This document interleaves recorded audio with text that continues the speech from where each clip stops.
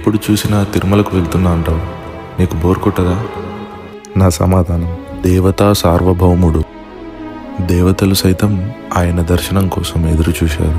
ఎందరో మునులు, మహారాజులు ఆయన దర్శన భాగ్యం కోసం ఎదురు చూసిన వాళ్ళే. తిరుమలకు వెళ్తుంటే, ఆ అలిపిరి మెట్లు ఎక్కుతుంటే, ఆ ప్రకృతిని ఆస్వాదిస్తుంటే, 2-3 క్షణాలు అలా స్వామిని దర్శించుకుంటే, లడ్డూ ప్రసాదం కళ్ళకు అద్దుకొని తింటుంటే, మాటల్లో చెప్పలేక కలిగే ఆ ఆనందం, ఆ సంతోషం, ఆ అనుభూతి కోసమే ఆయన దగ్గరకు వెళ్తుంటా. వాడిపోయిన ఎన్నో జీవితాలు శ్రీవారి దర్శనం, కరుణా కటాక్షాలతో తిరిగి చిగురించినాయి. కోట్లాది భక్తుల విశ్వాసం ఆయన.